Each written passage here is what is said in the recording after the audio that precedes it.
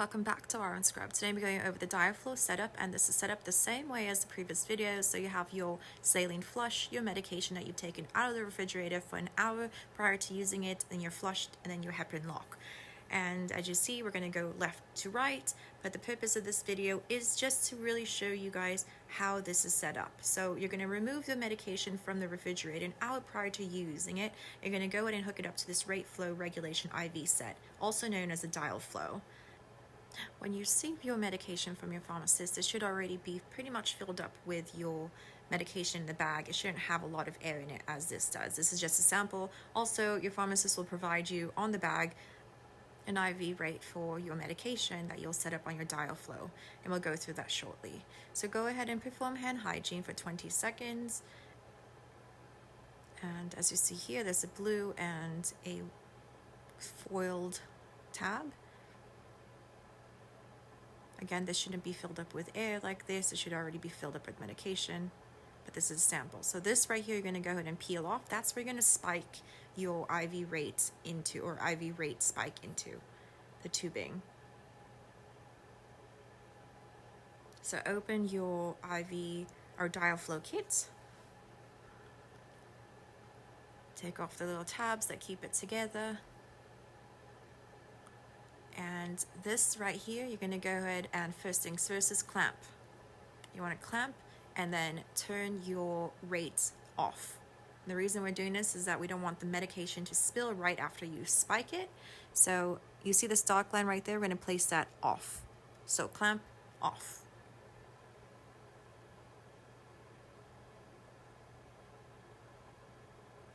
Moving along down the line, you're going to go ahead and see that there is this little end piece, and that connects to your line. You're going to keep the cap on until you finally use it.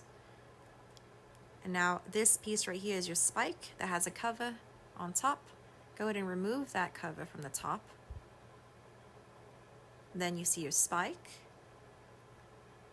Peel the foil back and hold it like this. And straight up and down, you're going to go ahead and shimmy it all the way in. You don't want to do full turns because you don't want to contort your line. So just left, right, all the way to the crook of the line right there, and it will stop. It has done its job in puncturing the bag. And now flip. So at this point, you're going to go ahead and squeeze the chamber until the medication comes out about 1/3 to 2/3 of the way. You don't want to fill it all the way to the top or anything because you need to see the drops dripping.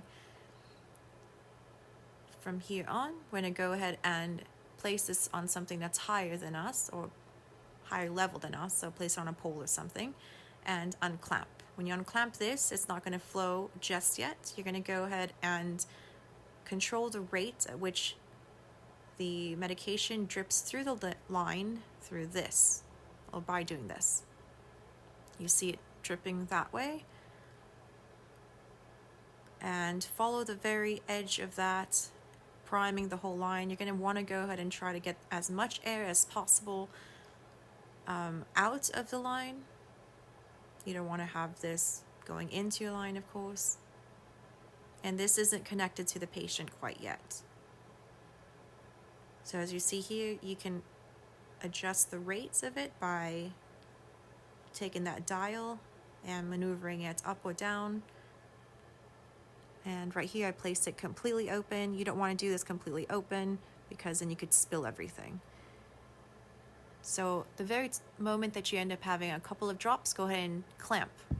You're going to clamp this right away instead of messing around with the DialFlow. Because if you mess around with the DialFlow, you're going to be fidgeting around and you'll waste a whole bunch of medication. So a couple of drops towards the end, and you go ahead and clamp it.